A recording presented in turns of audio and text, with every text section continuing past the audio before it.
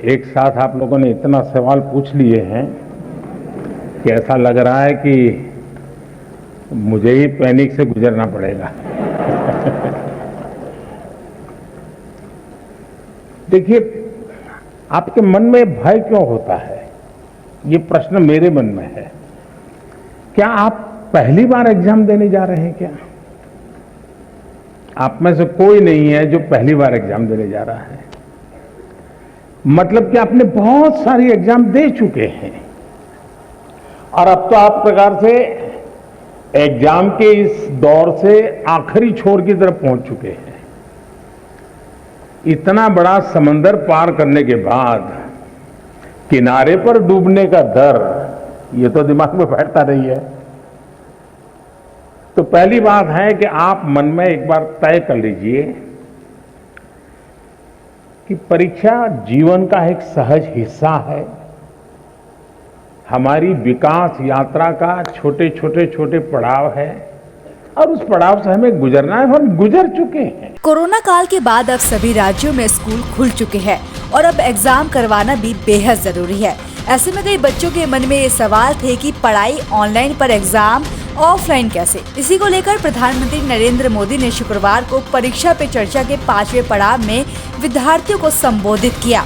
उन्होंने कहा कि ऑफलाइन जीवन शुरू करने से पहले अपने आधार को मजबूत करने के लिए ऑनलाइन अवसर का प्रयोग करें। बता दें कि प्रधानमंत्री नरेंद्र मोदी ने तालकटोरा स्टेडियम के टाउन हॉल में कक्षा 9वीं से 12वीं तक के विद्यार्थियों, बच्चों के माता पिता और शिक्षकों को संबोधित किया। प्रधानमंत्री ने विद्यार्थियों के कई सवालों का जवाब भी दिया। जब एक बच्चे ने प्रधानमंत्री से ऑनलाइन शिक्षा को लेकर सवाल किया तो उन्होंने बताया कि दोष ऑनलाइन या ऑफलाइन का नहीं, क्लासरूम में भी कई बार आपका शरीर क्लासरूम में होगा, आपकी आंखें टीचर की तरफ होगी, लेकिन कान में एक बात भी नहीं जाती होगी क्योंकि आपका दिमाग कहीं और होगा, मन कहीं और होगा, तो सुनना भी बंद हो जाता है। जो चीजें ऑफलाइन होती है वही ऑनलाइन भी होती है। नमस्कार प्रधानमंत्री जी, मैं पवित्रा राव केंद्रीय विद्यालय सेक्टर 8 रामकृष्णपुरम नई दिल्ली में 12वीं कक्षा की हूँ। माननीय प्रधानमंत्री जी, जैसा कि हमारा भारत और तरक्की करने के लिए अग्रसर है, इसको कायम रखने के लिए हमारी नई पीढ़ी को और क्या कदम उठाने होंगे? आपके मार्गदर्शन से भारत स्वच्छ तो हुआ ही है और आने वाली पीढ़ी इसके पर्यावरण संरक्षण में और क्या योगदान दे, कृपया मार्गदर्शन करें। धन्यवाद सर। थैंक यू पवित्रा। मान्यवर, नई दिल्ली से 11वीं कक्षा के छात्र चैतन्य लेले अपने मन में उठने वाले इसी प्रकार के एक अन्य प्रश्न का समाधान चाहते हैं। चैतन्य, कृपया अपना प्रश्न पूछिए। प्रणाम माननीय प्रधानमंत्री जी, मेरा नाम चैतन्य है। मैं कक्षा 11वीं का डीएवी विद्यालय का छात्र हूँ। मेरा आपसे प्रश्न यह है कि हम अपने पर्यावरण को स्वच्छ और बेहतर कैसे बना सकते हैं? धन्यवाद। धन्यवाद चैतन्य। Honorable Prime Minister Sir, the youth of India, just like Pavitra and Chaitanya, want to breathe in a clean and green India, a dream close to your heart. We all wish to know how to keep India and our environment pristine and perfect in every sense of the word. We all look forward to your guidance, sir. वैसे ये परीक्षा पे चर्चा से जुड़ा विषय तो नहीं है, लेकिन जैसे परीक्षा के लिए अच्छा एनवायरनमेंट चाहिए, वैसे पृथ्वी को भी एक अच्छे एनवायरनमेंट की जरूरत होती है। और हम लोग तो पृथ्वी को मां मानने वाले लोग हैं। मैं सबसे पहले तो आज मुझे अवसर दिया है तो मैं सार्वजनिक रूप से हमारे देश के बच्चों को, बालक बालिकाओं का हृदय से धन्यवाद करना चाहता हूं।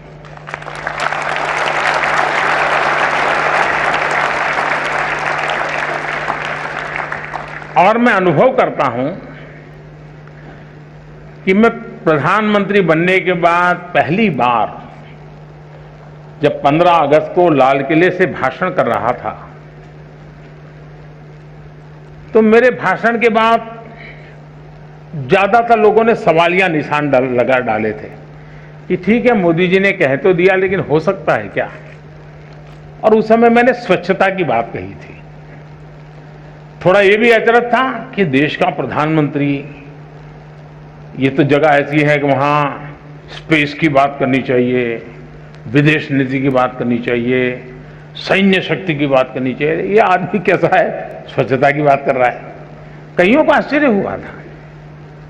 लेकिन जो भी आशंकाएं व्यक्त की गई थी, उन सबको गलत सिद्ध करने का काम अगर किसी ने किया हो, या स्वच्छता के मेरे भावना को चार चांद लगाने का अगर किसी ने काम किया हो, तो वो मेरे देश के बालक बालिकाओं ने किया है।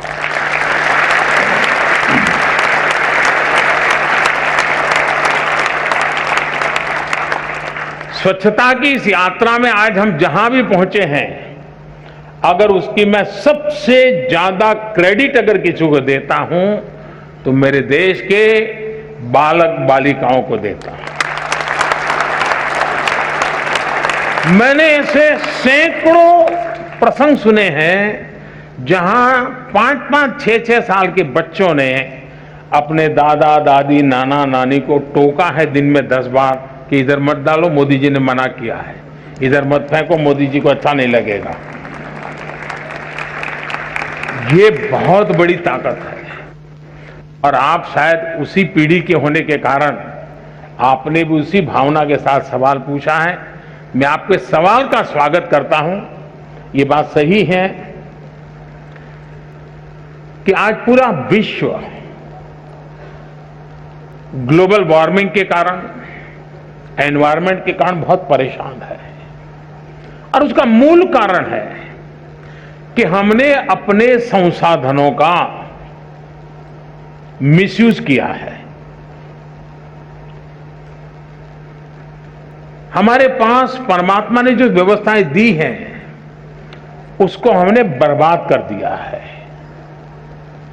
अब हमारा दायित्व है, अगर आज मैं पानी पी रहा हूं या मेरा भाग्य में पानी है, आज अगर मैं कहीं नदी देख पा रहा हूं, आज अगर मैं किसी पेड़ की छाया में खड़ा हूं, तो उसमें मेरा कोई कंट्रीब्यूशन नहीं है। ये मेरे पूर्वजों ने मेरे लिए छोड़ा हुआ है।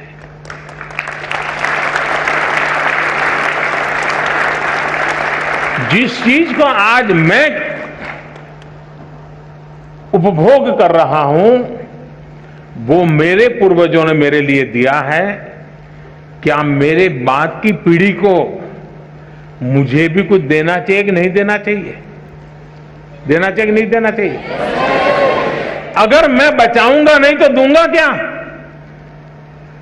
और इसलिए जैसे हमारे पूर्वजों ने हमें दिया, उनका ऋण स्वीकार करने के लिए और हमारी आगे की पीढ़ी को देने के लिए जिम्मेवारी स्वीकार करते हुए हमने अपना दायित्व निभाना चाहिए। ये हमारा कर्तव्य है। अब ये कोई सरकारी कार्यक्रम से सफल नहीं होता है। जैसे मान लीजिए मैं कहता हूं कि भाई सिंगल यूज प्लास्टिक, इससे बचना चाहिए, लेकिन हमारे ही परिवार में भाषण भी हम करते हो सिंगल यूज प्लास्टिक से बचना चाहिए, लेकिन शादी का कार्ड अगर हम किसी ना का आता है, घर में देखते हैं तो उस पर एक प्लास्टिक का बहुत सुंदर रैपर करके आता है, हम निकाल करके फेंक देते हैं। अब ये हम जो सोचते हैं उसके विपरीत है। तो सहज स्वभाव कैसे बने? कम से कम मेरे परिवार में मैं सिंगल यूज प्लास्टिक बिल्कुल हमारे घर में उपयोग नहीं करने दूंगा। तो हम एनवायरनमेंट के लिए कुछ कुछ मदद कर रहे हैं। और अगर देश के सभी बच्चे इस काम को करने लग जाएं, तो फिर आज जो हमारे, आपने देखा होगा, मैं गुजरात में पशु आरोग्य मेले लगा रहा था जब मैं मुख्यमंत्री था, और पशु आरोग्य मेले लगाता तो आपको हैरानी होगी, मैं गुजरात के अंदर पशुओं की दांत की ट्रीटमेंट, डेंचर ट्रीटमेंट करवाता था। पशुओं को मोतीबिंदु होता है, मोतीबिंदु का काम करता था। और कुछ पशुओं के ऑपरेशन करने पड़ते थे। तो मैं एक बार एक गाय देखा, उसके पेट में से कम 40 केजी प्लास्टिक निकला था। अब ये मानवता के विरुद्ध का काम है। अगर ये हमारे अंदर संवेदना पैदा होती है कि मुझे तो अच्छा लगता है, चलो भाई हल्की फुल्की थैली है लेकर के जाना अच्छा लगता है और फिर फेंक देता हूं, हमें अब यूज एंड थ्रो उस कल्चर से बचना पड़ेगा और हमें रीयूज, रिसाइकल, और ये भारत में कोई नया पर नहीं है, ये हमारे यहां तो सालों से परिवार में आदत रही हुई है। हम जितना ज्यादा संसाधनों का उपयोग करेंगे हम पर्यावरण को बर्बाद करेंगे। हम जितने संसाधनों का ऑप्टिमम यूटिलाइजेशन करेंगे हम पर्यावरण की रक्षा। अब आज देखिए हमारे इलेक्ट्रॉनिक गैजेट्स, ये भी पर्यावरण के लिए एक संकट बनते जा रहे हैं। आपने देखा होगा भारत सरकार ने अभी स्क्रैप पॉलिसी निकाली हुई ताकि जो पुरानी गाड़ियां हैं जो प्रदूषण पैदा करती है उनको खत्म करो, उसमें से भी कुछ कमाई करो और नई गाड़ी लाओ।